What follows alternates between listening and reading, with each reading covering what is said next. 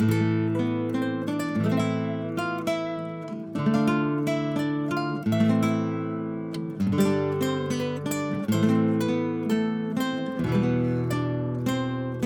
confused me. Now we don't know. Now I don't know what the. So your guess was KotOR. That's a good guess. Yeah, I thought that's what you were going to open with. Oh, I was going to open with Star Citizen, but bump that. Okay. Because there's been a lot. Here's my Star Citizen opener. I fucking love flying spaceships. I don't know what else to say. It makes me so happy to to pretend to fly make believe spaceships. I don't care if it's an alpha. I don't care, whatever. You can say scam citizen. I don't give a shit. I fucking love flying spaceships. It's so much fun. I just got HOTAS, the throttle and stick thing, which I've never done in any sort of flight game before. Mm. And I fucking love it. I'm addicted to just flying around in spaceships and shooting things or hauling cargo or just literally flying around. I fucking love it. At random curiosity, do you like driving cars that much too? Or no, not at all. Okay. I think it's just a sci-fi thing. Like, I just love the idea of like having a spaceship and being able to like just fucking take off and go do whatever in space. It's just cool to me. But anyway, that's not there. That's my short little thing on Star Citizen. But there has been a lot going on. We're gonna get to the main topic, but just real quick, I mean, Sony had their presentation, which I did not even fucking know that was going on. Just at one point, I know there's a bunch of activity on my Discord, and there's like, oh, it's a KotOR. I'm like, what the fuck is happening? Yeah, so it's technically, I mean, this is how I think of it. It's technically their E3 presentation. Yeah. They opted not to go into E3. This is probably the second or third year that Sony hasn't been there, but they did this presentation, different window of time, September. And my comment is sort of, I had a big group text going with a bunch of my friends going, holy shit, Sony just won E3 in September. That's kind of what it feels like. It's like the late entry into E3 where they announced a KotOR remake, which everyone kind of knew was happening. It's being made by Aspyr, which is what everyone had said, the rumors and the leaks and all that. Multiple people had confirmed it.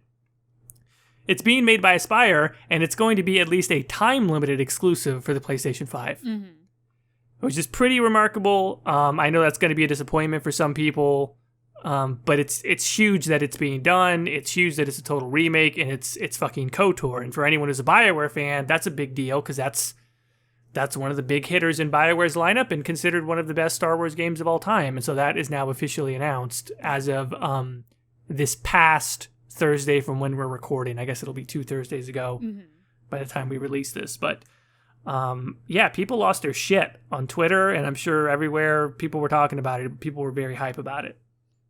I don't want to talk about it too long because this isn't what this episode is. You know what? Let's talk about. I was going to say, like, what are your feelings on Bioware not doing the game? But let's scrap that. Whenever we actually talk about KotOR, we'll just have that discussion. Yeah, that sounds fair. I mean, that because that would take us down too many paths. But just, yeah. I mean, real quick, the rundown of what Sony did. They announced the second Spider-Man sequel. There's going to be a game that Insomniac is doing for Wolverine. They showed a trailer for God of War. Bloodlines Masquerade, the new sequel for that. I mean, like, there's like a ton of things that Sony brought. And it's just pretty outstanding that Sony managed to have what is probably the best games showcase this year, sneaking it in September, not at Gamescom, not at E3, and yeah, props to them. I think, like, maybe I just lived under a rock, but I had no idea what was going on, though. So, like, I don't know, maybe better marketing next year, guys. I don't like, I had no idea at all. Then again, I knew about it, but it wasn't huge. Yeah. Yeah. It was kind of nice to be like, if anything, they undersold. Yeah, what is it? Undersold, over-delivered, which almost never happens with these anymore, which is kind of nice to see. Yeah, so maybe, okay, yeah, so good on Sony. You won E3. You got KotOR, wrong channel. You got Split the Fails. You won E3 award. That's, I guess, a thing now. I'm sure they're very proud. I'm sure they're besides themselves with pride. Of course they are. We give out the best awards. Send them some Mr. Bioware-shaped cookies or something.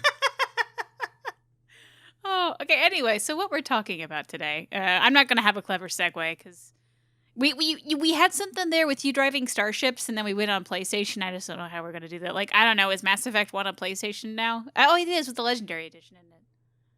Yes, it is. In fact, on PlayStation 5, and it runs beautifully. Oh yeah, don't you have it for like every console? I do, and if they release it for fucking calculator watches, I'll fucking buy that too. Well, there we go. So continuing on with our series of us, like, I guess, rating the games, we're going to start with the first Mass Effect 1. And look who fucking replayed the game for the first time in many years. It's me. Look at me. Oh, wait, hold on. Where's the applause thing? Are you actually going to do it? Oh, hold on. I'm not doing it. It's a little late now, and I'm just kind of cringe. There we go. You're welcome. I love the fact that exists now. But yeah, you replayed it for Legendary Edition, and now we're ready to discuss and talk. And honestly, I kind of just, I mean, I don't know if we're officially jumping into your section already on story, but just like generally, for someone who has, I replay this thing almost every year. Mm-hmm. For you who hasn't in a long time, I'm really curious to know, like, overall, what do you think? I think my memory served me pretty well because I remembered a lot. I just didn't know what things were called. Like, I remember the Thorian. I just didn't know which planet it was. So I'm going into like the Thorian section. I'm like, is this the one with the Thorian or is this the other one? I don't remember anymore. But yeah, the story. I guess probably to sum up my experience with Mass Effect 1 is that I was having fun, but I really wanted to like make sure I finished it before we recorded this. So I was like, okay, I gotta chug along, whatever. And then like I ended up having another week under my belt. I'm like, well, I'll go ahead and start Mass Effect 2. And as soon as I started Mass Effect 2, I was having like 100% more fun than I was with Mass Effect 1, like right off the bat.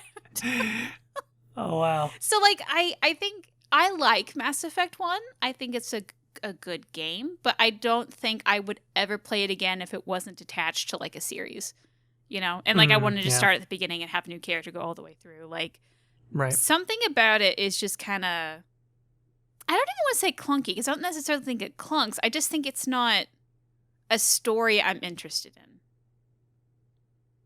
Does that make any sense? No, it totally does. What would you say? I mean, we don't want to jump ahead to Mass Effect 2, but like comparison contrast, like what are the parts of Mass Effect 1 where you kind of feel like, this isn't like it is in Mass Effect 2? Well, I think for one, I just don't like most of the characters in Mass Effect 1. Yeah. And like, which is to say, like, a lot of the things I like about the characters in Mass Effect 1 are things that are found out later in the series. I like Liara as the Shadow Broker. I like Tali when she gets all cute and nerdy. Like, she's cute and nerdy, whatever.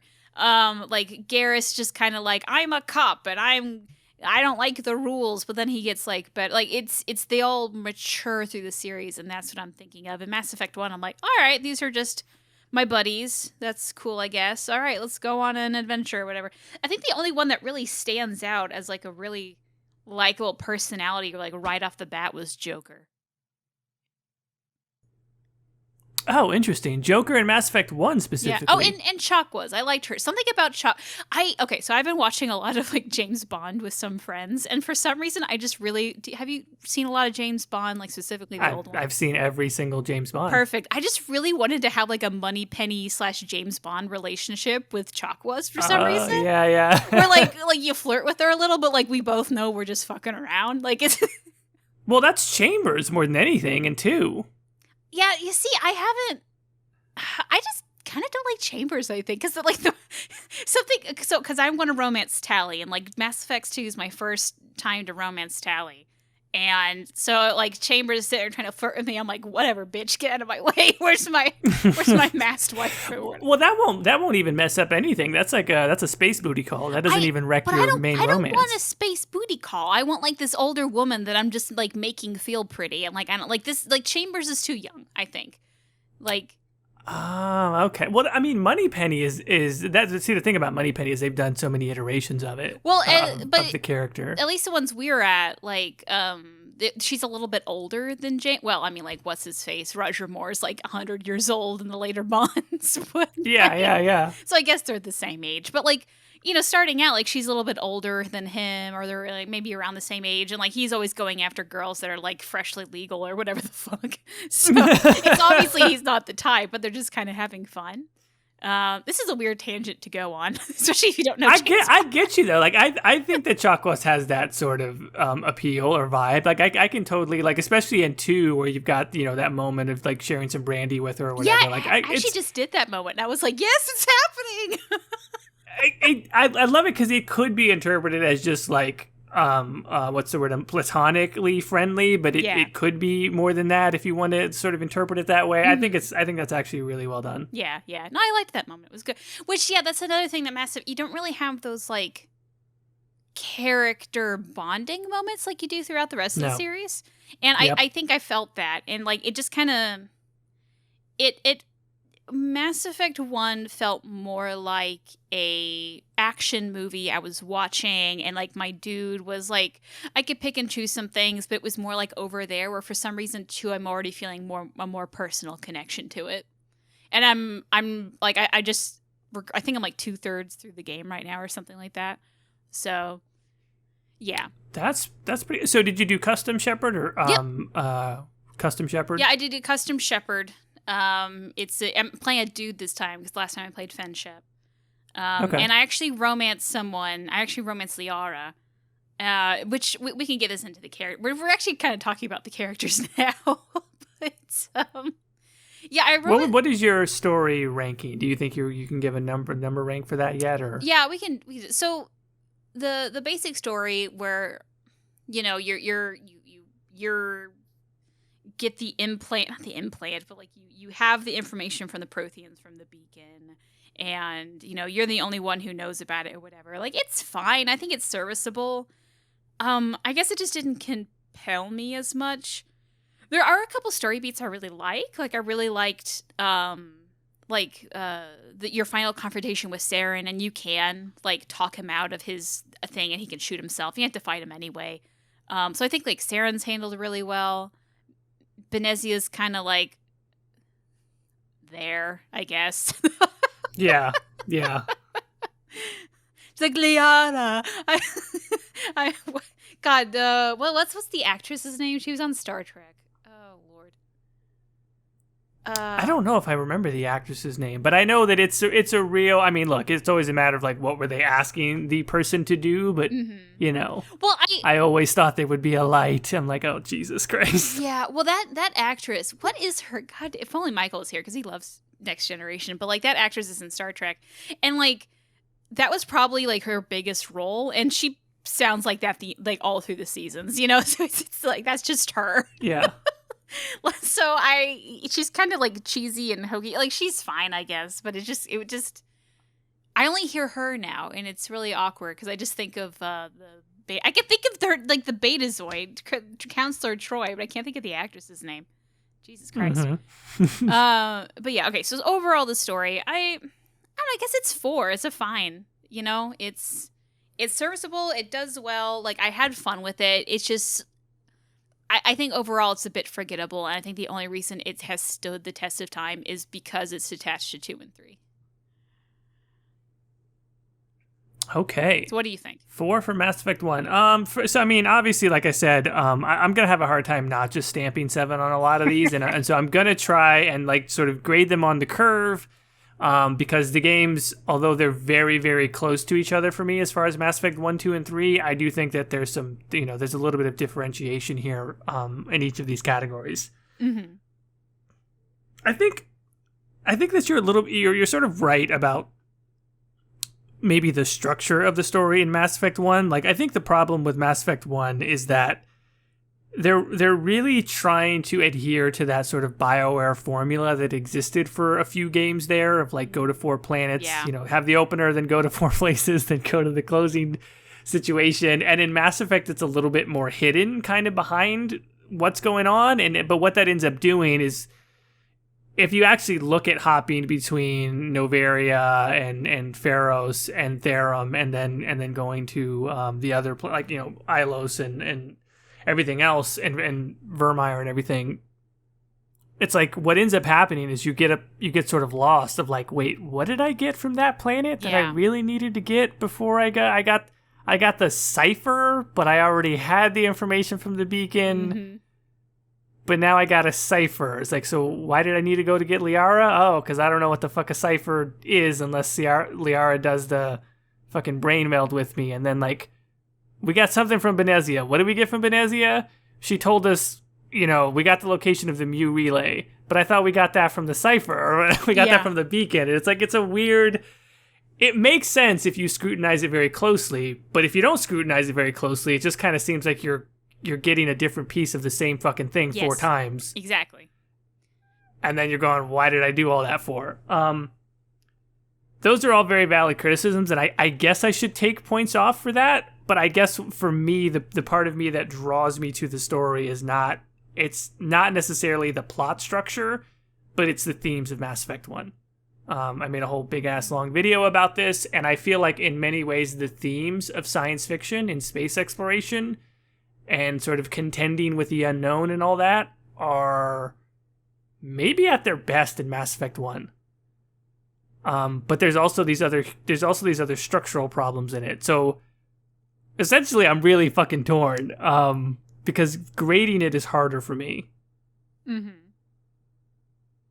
There's a part of me that wants to go 7 because I think theme is more important than plot. And that's like, I don't care. Theme is in the execution/design part though. No, not for me. Okay. I mean, I think it's integral to story. I'm having to jump ahead now and go, how am I? I'm just gonna go with 7. I think I would regret not going 7. All right. I think that is incredibly biased, but that's okay. I'm gonna have those moments too. All right, so let's go characters. I made a long rant about story, so do you want to start with characters first? Yeah, I'll start with characters. In some way, this is obviously the weakest of the 3 because it doesn't have those sort of like it doesn't have companion quests. It doesn't have those little moments where you go shooting with Garrus on top of the Citadel and all these other different things. Mm-hmm. What I like the most about this one, though, is that it doesn't feel as much like press A for friendship. It doesn't feel like it's this, like, Mass Effect Andromeda has this problem the most out of every Mass Effect game, which is like, hey, we're going to be buddies, we're going to be super buddy pals, and we're really chummy and all this different stuff. And Mass Effect 1 doesn't really have that. Mass Effect 1 is like, Rex is after Saren, and you're after Saren, and Rex is savvy enough to know that, like, you basically can't take some of my cut or whatever for bringing down Saren. I'm a bounty hunter. Like, this works out for me because we can help each other, but I don't have to lose anything. Mm-hmm. They have motivations that are more sort of like, they're actually more like people who have their own motivations versus a back of the box feature of like, hey, these are going to be your 5 or 6 best new buddies in space. Mm-hmm. Which, 5 or 6 best new buddies in space is kind of good. There's a reason why that's such a draw for the games. The cast, is not as good definitely not as good as 2. And, in 3, there's just so much more material there to go over. Mm-hmm. As much as I really, really, really like the approach of not having everyone be super friendly right away, that can only get them so many points. So I guess I'm going to go with a 5. Okay. On ME1 for characters. Okay. So what are you going on characters? Well, I think first, because there's no other place to really put this, I just want to go on a rant about romances. The romances in Mass Effect 1, at least for the games that I have played, so this doesn't include, KotOR or whatever. So I guess Dragon Age's Mass Effect series. Mass Effect 1, I think, has the worst romances of the series, of anything. Because, like, it's... You kind of flirt throughout the game. At one point, and like it's also random. Like I wasn't even trying to flirt with Ashley, and at one point, Ashley's like coming, like, I hear you like that blue bitch over there, and I'm mad about it. I'm like, who are you? Where did you come from? I haven't talked to you.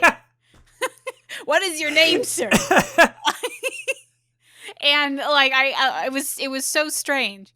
And like I remember Liara doing the exact same thing to Caitie.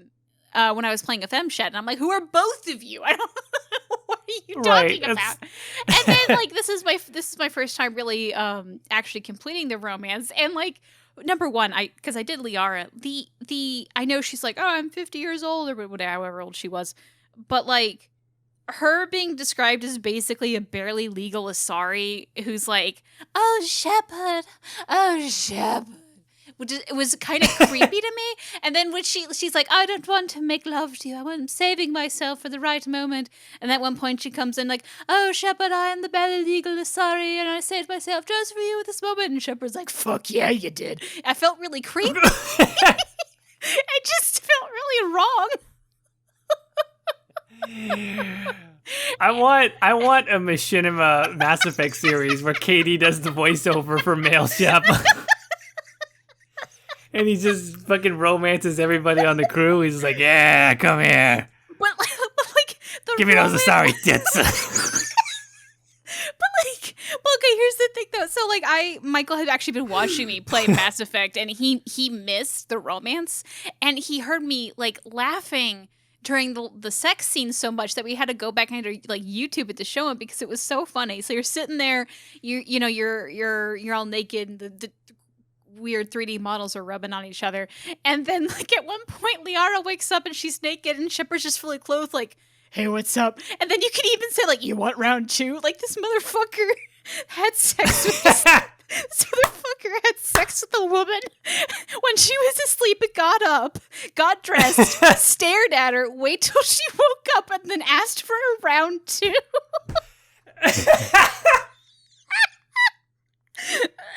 And just the idea of that had us rolling, and we were just laughing so hard. Jesus Christ. And the weird thing, too, is like you're right about to go to Ilos at that point. Like the fate of the galaxy is online. This guy's like, no, I need to go again. I'm under a lot of stress, goddammit. I know he already got dressed, but it's already time. It was so awkward. So like it's just not good. It's not sexy. It's just weird and really funny. Like it took me out of the moment because it was so bad. And maybe Caden's different. Maybe Ashley is different. I don't know. But the Liara one was just so awkward. And especially since Liara, like throughout the rest of the series, it's like the game is saying, like, so why aren't you romancing Liara? Because this is who we really want you to go down with. If this being the shining star romance, I was hoping for something not hilarious.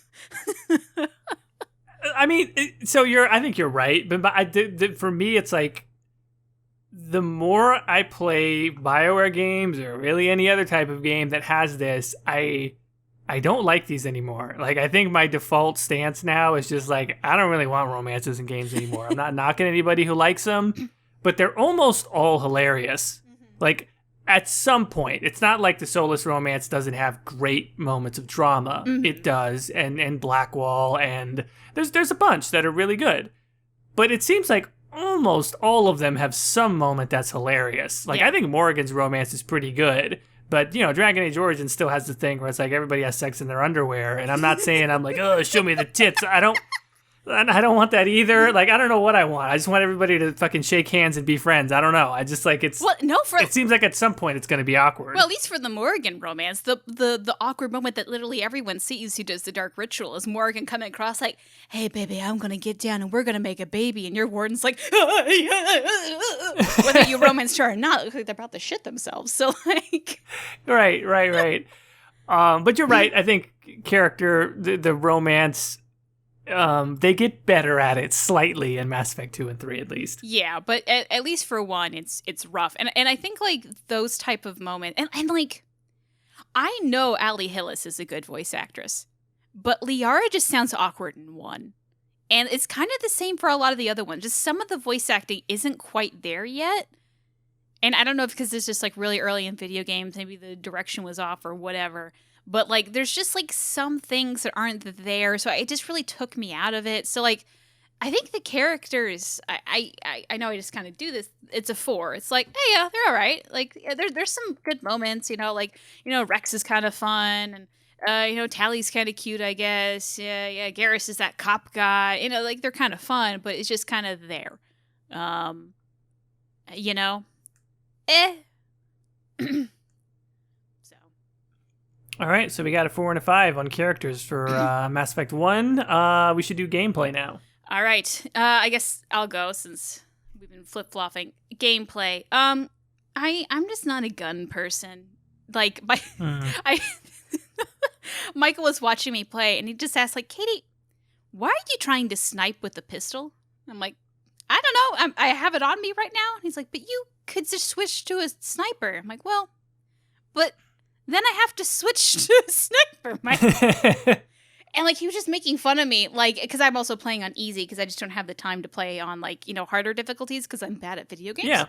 And it's just, like, here I am, one of those, like, what are they called? Geth armitages or whatever, those big Geth things. I'm just sitting there with the pistol going, pew, pew, pew, pew, pew, pew, pew, until it's dead. And, like, I'll almost die. I'll run behind a box, go, pew, pew, pew, pew, instead of, like, just pulling out a big gun, because I can't be fucked. So, like, I'm bad at the game. I don't know what any of the guns do, but one thing I really appreciate about Mass Effect 1 is that I don't have to fuck with ammo. And that's something I'm coming across in Mass Effect 2, is that I'm like, I'm out of ammo. Ah! Yep. And I'm not, like, a huge fan of that. But the problem is, though, one thing I'm finding myself doing, I didn't use any of my abilities in Mass Effect 1. Didn't give a shit. I couldn't even remember what the not the Medicaid, the Metagel button was at one point. Medicaid. Yeah. What's the Medicaid button? What's the Medicaid? God, I wish it was that easy. But I want, for the record, again, I want a machinima series about Mass Effect where Caitie does the voiceover for geriatric Shepard. Where's the Medicaid button? I gotta press them at my hip. God damn it. Oh, God. But yeah, I just didn't care about any of the abilities whatsoever. But I'm actually using them in Mass Effect 2. So I think the gameplay, just something for my dumb pea brain size who doesn't get shooters understands 2, but had no idea what to do in 1 except go pew pew pew. So for that, I'm going to give it a 3. It was serviceable, it was fine, but for some reason I'm just dumb and it didn't click with me. I don't know. I know that's probably the worst way to rate it, but that's just, I'm living my truth here. This is my rating. I didn't care for it. Live it. But at least I didn't have to get bullets, so 1 positive there. Yeah, that's good. So gameplay is a weird one for me because I gotta rate these, I guess, on the curve of Mass Effect. Yes. And I guess maybe kind of Dragon Age in a way, but it really is just Mass Effect compared to Mass Effect. I don't think that, like, I think the best of Mass Effect gameplay, like core gameplay, at least in regards to combat, if you take it outside of the Bioware catalog, I don't think it rates that great. Yeah. Comparatively to a lot, like, honestly, like, I think the best of Mass Effect combat, which is probably either an ME3 or MEA, is like slightly above average compared to other third-person shooters, to be quite honest. Now, I can have a lot of fun with it, but that's me. Mm-hmm. Mass Effect 1 was always clearly last to me in this ranking, but the Legendary Edition changed a lot. The Legendary Edition brought quality of life improvements. It brought core mechanic improvements, the weight of the guns, the way that the aiming feels, sort of, the movement of the characters, the cover system, the powers, pretty much all of it got better. And so now the gameplay is much improved, but, how does it really compare to 2 and 3? Well, here's something that we also need to talk about. Like, there are 2 games here that we're essentially talking about, and we're mixing into one.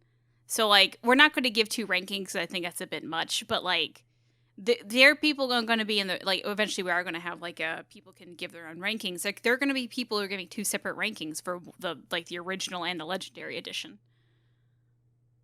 Because, like, yeah, you're right. I mean, yeah, you're right.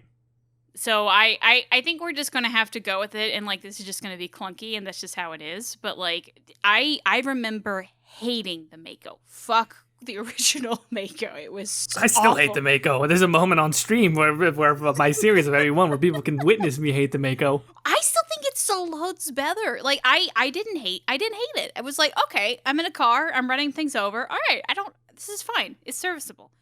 But I remember like just being so frustrated when I first played the game that I just got done with Mass Effect as soon as I can because I hated that car so much. When that thing exploded, I'm like, thank God. Thank God. So yeah, I guess just I wanted to acknowledge that we're just kind of mixing both together, but we understand they're very different, especially in this game part. Yeah, that makes sense. I mean, I guess the way I'm thinking of it in my head is I've played the Legendary Edition, so therefore I'm ranking the Legendary Edition. Okay. I think I consider that to be Mass Effect now more than the originals. Like that just is Mass Effect to me. For anyone who hasn't, and you know, we'll likely eventually do a survey for the games like we did for the characters, then they can just rank whatever it is that they played. Yeah. So what's your score?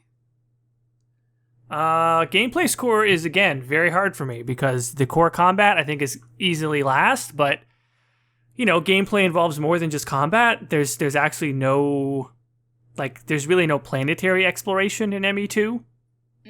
There kind of isn't in ME3. Yeah, there really isn't in ME3 either, and that's an element of gameplay that we lose.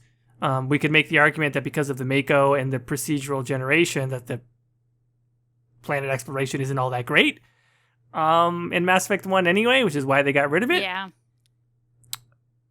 I think dialogue is actually gameplay in a weird way in Mass Effect. It's not just story because there's an element of choice and choosing what to do, and so I think the dialogue wheel in Mass Effect 1 is the best dialogue wheel. I think it has the most options. I think it's the most clearly laid out. And so there are other things besides combat that are a positive for Mass Effect 1. Mm-hmm. But it's hard for me to judge, like, okay, how much does that offset the weaker combat? Mm-hmm.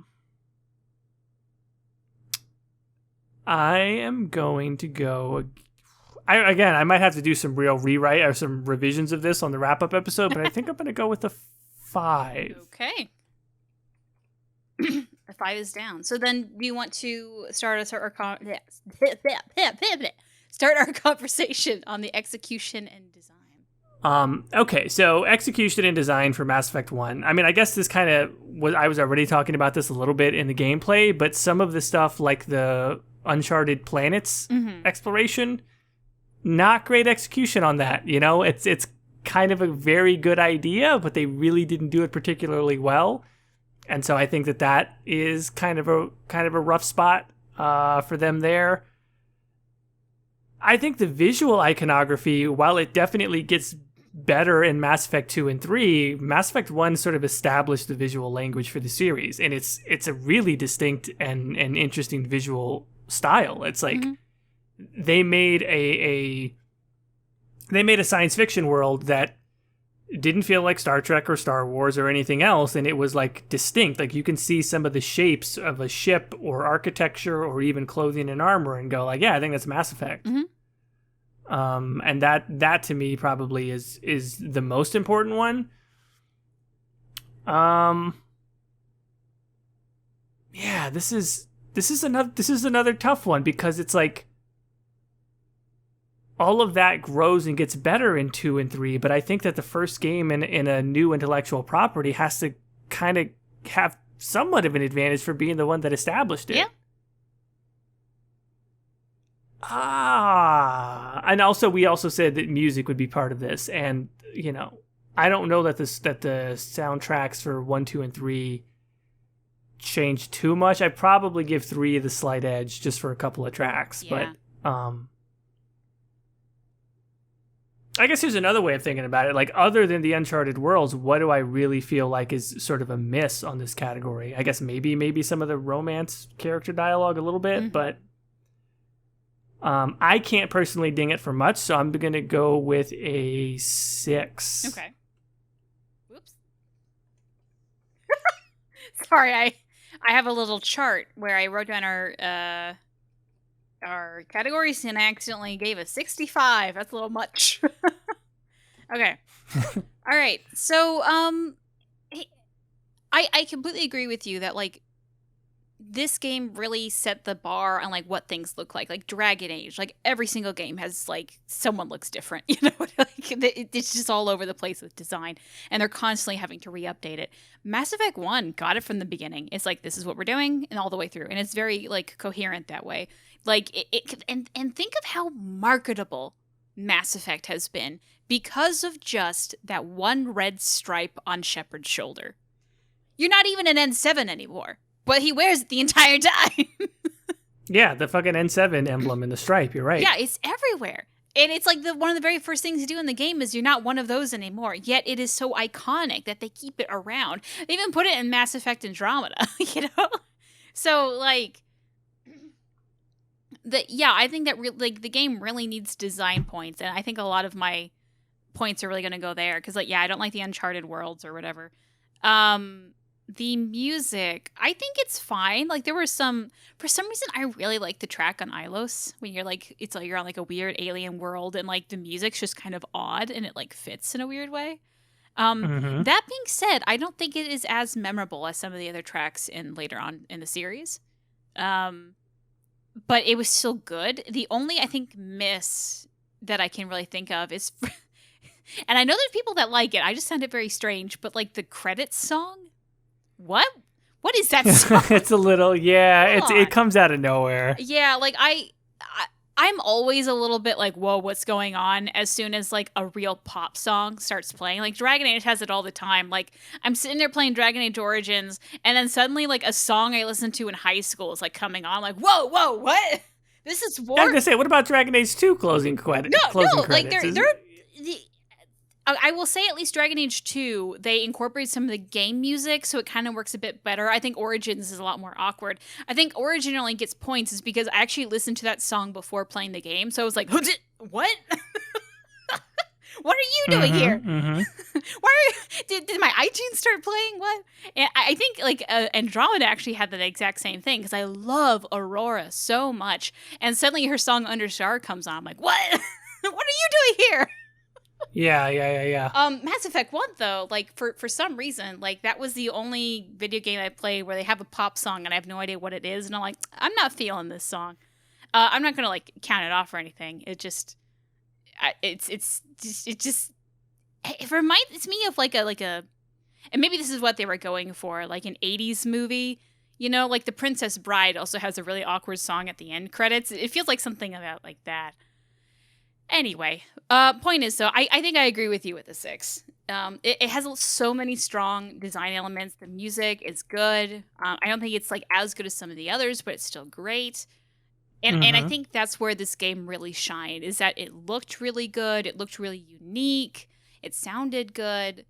And it did have a lot of other flaws, but I think that's what really propelled it. Like, all they really had to do in the other games is refine some of the, like, the story and the characters a little bit, and, like, I think Mass Effect 2 is probably the best one, and they just, like, hit it out of the park with just, like, a couple tweaks. So, yeah. All right, well, I know, I think we actually even on the episode talked about how we weren't going to do the DLC, but talking about it, I decided maybe we should do the DLC, so we'll have to go back and do the Dragon Age Origins DLC at a later date. So let's talk about the Mass Effect 1 DLC, which I am reading right now is just Bring Down the Sky and Pinnacle Station, with Pinnacle Station unfortunately was not able to be ported into Legendary Edition, which is actually an interesting story that we're not going to talk about right now. But yeah, poor Pinnacle Station, lost to the ages, it seems now. Yeah, well, so you're the one who's played both. I've only played Bring Down the Sky. So why don't you tell us about, I don't know, like, if including Pinnacle Station, what would you rank the DLCs for this game? Yeah, and, like, here's the thing, right? Like, you're not, I hate to say this, because I like Pinnacle Station, and it's a very neat little thing, but, like, you're not missing much by missing Pinnacle Station. There's really not much in the way of story. It's basically just the idea of they wanted to do a combat simulator DLC, where you can go in and sort of set some parameters about, and it's pretty basic. Like, do you want to fight, Geth, or do you want to fight, like, like Mercs or something like that, or whatever it is? Like, it's pretty simple. And then you set some difficulty stuff, and you can go in and sort of do, like, this combat scenario level thing. And there's a tiny little story in there about, like, this station called Pinnacle Station where it's at, and there's some it's some pretty goofy, like, there's some guy who wants to have the high score or whatever, and he's like your rival, and he's like messing with Shepard and stuff. So I was like, there's not a lot there, but it's kind of fun. I'm sad it's gone, but I digress. The main thing to talk about is Bring Down the Sky, which is, at the time I thought it was really great. Like, I thought that the story was really interesting and the antagonist was really good. You get to, why on earth am I spacing on the name of the species? God damn it. Batarians, thank you. You get to see Batarians for the first time in that DLC, which previously, it's like they weren't in Mass Effect. So I think there's some credit for that. But it doesn't, it doesn't blow me away. Like, Bring Down the Sky is good, but it's definitely not as good as the key DLC pieces in 2 or 3. Mm-hmm. And so for that reason, I'm probably going to go with a 4 here. Oh, okay. Like, I really don't think, I don't think there's anything super standout about it, really. See, I haven't played Pinnacle Station, but I did play Bring Down the Sky. Like, it was fine. I just didn't give a fuck. So yeah, but so for almost the exact same reasons, though, like, I'm gonna give it a 2. Like, because I hate doing the Uncharted world so much, and like that's basically what Bring Down the Sky is: run around and do these things and then come back. And it just kind of was like, is this it? Okay, whatever. So like, I just didn't care. I could have skipped it and lived my life, but no, I didn't care for it. You had to be a completionist. Yeah, well, I never played it before, so I wanted to experience what it was. But yeah, I didn't care. I don't think it really added anything. I guess because I've played the others in the series, so I knew what a Batarian was. I didn't even know that was their first. I guess I didn't notice they weren't in the rest of the game. I don't know. So yeah, it's not bad. It's not like a bad DLC. It's just like, I guess I'm putting myself in the mind of someone who had paid for this specifically. I would be disappointed if I paid for this specifically. Like, I shelled out the $5. I don't know how much it was, but for this, I don't think that would have been worth it. Yeah, come to think of it, it was probably 15 at the time. I feel like that's what a main piece of DLC cost in that Xbox 360 era. So it's probably 15. Now, I don't know if this is adjusted, but on the wiki, it actually says it's free on PC, including Xbox 360 Platinum hits. No. Oh, that's later on. But it says it's $1. Is that currently it's $1? Or is that it when it was released, it was $1? It wasn't $1 when it was released. I can tell you that for sure. Yeah, that seems like really low. And Pinnacle Station's $5. So maybe that's like currently? Most DLC in the Xbox, this is actually back when there was still a points system. You used to buy it with points. Okay, yeah. On the Mass Effect wiki, it says it was originally released for 400 Microsoft points. That's about $5. Oh. Well, it also says 400. That is cheap. Yeah, 400 Bioware points. I think 400 Bioware points is about $5. Is that right? Yeah. If it was 400, yeah, that was $5. Yeah. Still though, like, I don't think that was $5 worth. If it was $1, I've been like, oh, actually, maybe that's okay. But, I think it's $5 worth. But yeah, to each their own. Nah, I think if I paid $5 for that, I'd be like, oh, really? That was it? You're like, I could have got a Big Mac or something. Yeah. I think I would have taken the shake, like. Yeah. I guess what I remember sort of liking about it, and again, it's still only a 4 for me. Like, it doesn't rise to the level of anything really standout, but like, I always like the choice at the end. That's one where every single time I have replayed the game, I always want to chase the bastard, but like, God damn it, unless I'm really doing Renegade, like, I feel like I have to stay and save everybody, which is like, it's not a super unique thing. There's a bunch of choices like that, but the son of a bitch is like, you really want to get him, you know what I mean? So like, I like that choice. Yeah. And I like the, the little ancillary characters that they have, that you're trying to save and whatever. So it's like, it's small. It doesn't rise to the level of anything special, but I remember it, at least for that. Yeah, here's the thing though. I completely forgot about those characters until you just said something. So like, I don't know. Yeah. But like playing, I was like, oh, okay, that's cool. I really did think like at least there's that one guy that approaches you. He's like, hey, can you find my buddies? I thought he was the culprit. I'm like, oh, I'm on to you, sir. And then at the end of the game, he like actually just wanted to know where his buddies was. Like, oh, I was like this close to shooting you. But yeah. All right. And that's all the ranking. So I guess no one's surprised. Jordan really likes Mass Effect 1, and mine was just It's all right. Yeah, I mean, it's not. I think what'd you give the highest on? You gave it's pretty much okay for story and characters. Gameplay, I'm not surprised that you gave it a little bit lower, and then we landed in the same for execution and design. I'm really still torn on some of my scores. Like on gameplay, I think I could go higher, honestly. Really? And here's why, because like I was thinking about this a lot when I was replaying 1. It's like the level of complexity for an RPG to me is it's as good in Mass Effect 1, if not better than the other two, as far as like armor underlays and multiple armor underlays. And, you know, in 3, you still have weapon attachments and you have different ammo types in all of them. But like multiple weapon attachments plus armor attachments, I feel like probably only Andromeda is actually better as far as customizing gear. And to me, that actually makes a difference, especially on the higher difficulty levels, where like it actually matters how you spec your character out in 1 a lot more than in 2, where 2 is basically just a third-person shooter. Yeah. More so than it is an RPG. I think, given that, I think I'd like to retro my gameplay score to 6. Okay, well, we can do that real quick. There we go. Yeah, I'm probably gonna have to, you know, play around with all the scores when we do a wrap-up episode. But for now, I think I'm comfortable going for a 6 on gameplay. All right. Well, is there anything you'd like to say about Mass Effect 1 before we end the episode? Just that I'm surprised, like, when you break down it into categories, I think it's very interesting how it breaks down, right? Like stuff like DLC, execution, even characters. Like if I'm really taking it apart on an individual level, I think the number score is actually a little bit lower than what I would expect. Like I think that the story and in particular the thematic elements of it, which I didn't fully go into here because I feel like if anyone has seen the video that I did on it, it's like I've talked at length about that. But basically, the themes of science fiction in Mass Effect generally, I think, are most perfect in Mass Effect 1. Mm-hmm.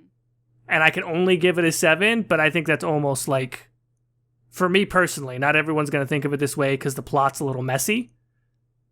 And so like for your score, I think that's reflected a lot more, that the plot's kind of messy. But for me, that could be like, it could be like an 8 or something. Like I don't think Mass Effect 1 for me necessarily is representative by scores in these categories, because I think the themes of Mass Effect 1 are what I love the most, and I can only score that so high in story. So, well, I think this is also telling of like just what we like as people. Like you really like sci-fi, me, you know, give or take. There's some sci-fi I do like, but like the themes and stuff like that, they're cool, I guess, but they just don't speak to me like they do to you, and that's just how this is gonna go. I'll be very interested to see what the audience does too, because you know, there might be that sort of divide also, where there's a lot of people who don't like the clunkiness of the plot, and then other people who really like you know, the themes or just the stakes of the story or whatever the case is. So yeah. Well, it's going to take like half a year for them to even get a chance to vote. So at this rate, yeah, you're probably right. Oh Lord. Oh, well, with that Jordan, where can people find him? Said, where can Jordan find you? Hi, everybody, and all the Jordans and people out there. You can find me at The Exalted March on YouTube, and that's about it. Caitie, where can the folks find you? You can find me at Ghildirthalen on Twitter and YouTube, and Ghildirthalen on Reddit, I guess. The end. All right, with that, Dereshral. Should we just do the end now? Is that just what I'm trying to do? Yeah. Goodbye, everybody. Bye.